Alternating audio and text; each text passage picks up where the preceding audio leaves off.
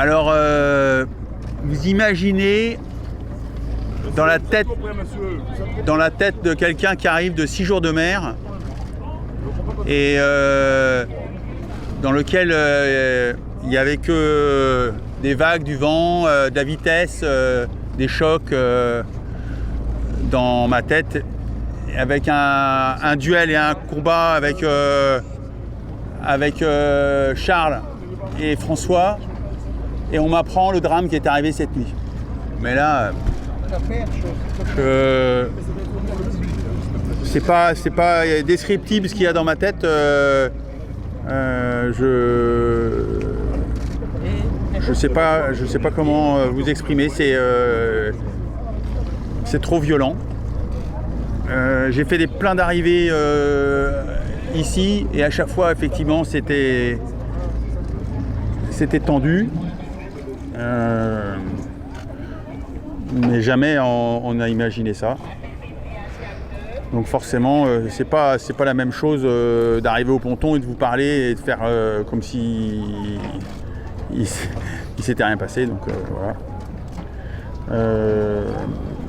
Sinon, cette course, d'abord, je voulais féliciter Charles. Bravo. C'est un beau vainqueur. C'est une belle équipe. C'est une équipe qui nous a emmenés dans les ultimes il y a 4 ans. Il y a 4 ans, on ne voulait pas aller jusque-là, et Gitana y était déjà et avait déjà cette vision-là. On s'est même accroché souvent pour ne pas aller vers des bateaux comme ceux-là. Parce qu'on voulait, dans l'intérêt général, que ça aille pas trop vite et trop loin. Et ils avaient, eux, déjà prévu et projeté de nous emmener là. Et là, il y a une page, en tous les cas, il y a nos bateaux et les autres.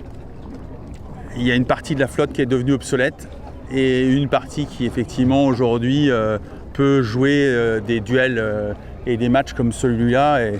Et il faut le vivre de l'intérieur pour avoir cette chance, pour se rendre compte que c'est extraordinaire. C'est l'engagement physique qu'il faut, l'engagement technique qu'il faut, la connaissance qu'il faut. Par contre, il y a un gap qui s'est fait entre ceux qui sont capables de le faire, les bateaux qui existent, et ceux qui vont venir, qui va être difficile à combler.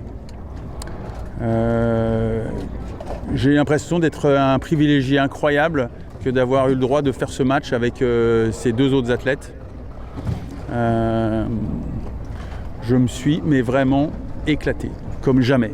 J'ai jamais... Et pourtant, je pensais en avoir fait, et pourtant, je pensais en avoir vu.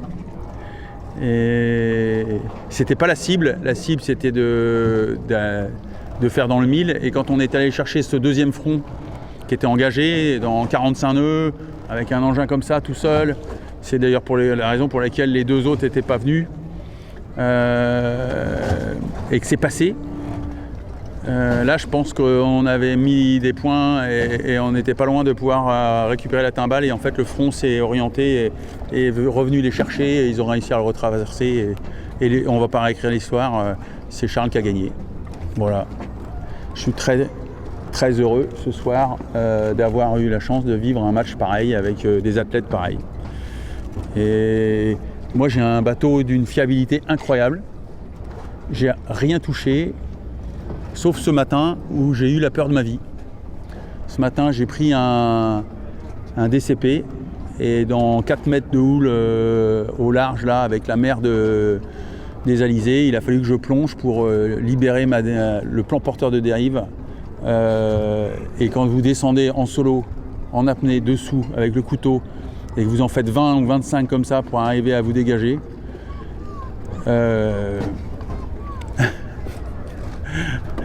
et vous remontez, vous avez réussi à vous libérer et vous finissez la course. Ouais, moi non plus, j'ai pas été assez agressif la première journée. Moi, j'étais dans un bon tempo avec Armel, et on était bien, je pense, tous les deux. On voulait pas non plus tout arracher. Et c'est vrai qu'on prend un petit peu de décalage, Et après, comme les gens de devant étaient très très bons, ne nous laissaient pas trop d'opportunités, il aurait sans doute fallu être peut-être un peu plus agressif. Mais quand on savait ce qui nous attendait, je pense que c'était pas là forcément que ça allait se jouer. Enfin, en tous les cas, c'est comme ça que nous on l'avait construit avec la cellule routage. Donc moi, j'ai pas trop de regrets par rapport à ça. Je suis allé chercher ce front et nous, c'était notre carte dans notre jeu.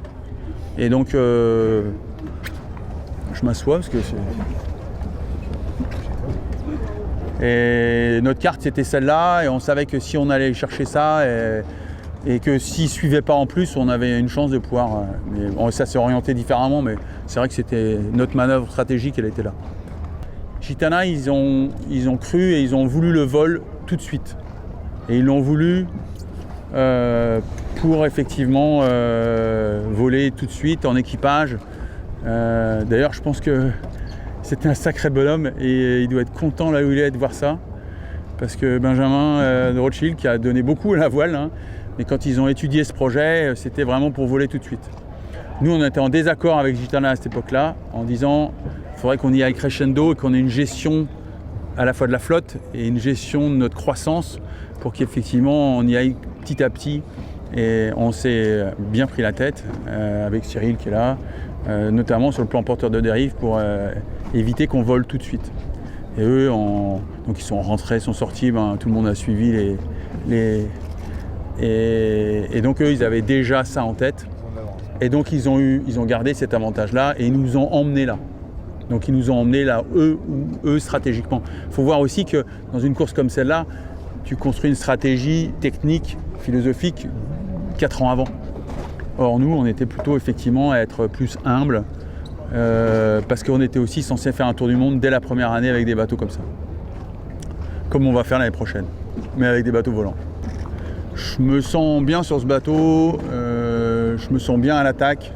C'est vrai que pour répondre, nous, ce qui nous manque, c'est de pouvoir voler dans moins de 15 nœuds. Et quand dans la courbure anticyclonique, il a fallu aller chercher pour ressortir, aller chercher l'Elysée, nous, à chaque fois qu'on rentrait dans la molle, on posait. Et là, le delta, il est énorme. Et celui qui est le plus véloce là-dedans, c'est François. Et par contre, Charles a très très bien opéré pour réussir à quand même garder l'avantage qu'il avait fait au départ. Mais cet avantage, il se joue là. Et au début de course, c'est pareil. Début de course, dans moins de 15 nœuds, on a du mal à voler. Alors à d'autres moments, par contre, dans de la brise, on est plus fort et on va plus vite. Mais quand on est dans ces moments-là, et ces transitions-là, elles sont très importantes. Je me suis vu progresser. J'ai adoré parce que je suis meilleur maintenant que j'étais il y a 4 ans, ça c'est sûr. Jamais il y a 4 ans, j'aurais imaginé de faire ce qu'on a fait. Je me suis fait plus plaisir que je ne le pensais. J'ai moins l'impression d'avoir été dans la souffrance ou j'ai plus été dans le plaisir ou dans la vitesse ou je me suis vraiment éclaté, quoi. Je me suis vraiment éclaté. Ah ouais, par contre ce matin, là, et puis moi j'aime pas ça du tout. Vraiment, et quand j'ai coupé le truc et que j'ai senti le truc partir et que ça m'a accroché la palme, là je me suis dit je pars avec, là, ça va. Et c'était méga chaud. Ouais. Et de remonter à bord après, ça a été compliqué.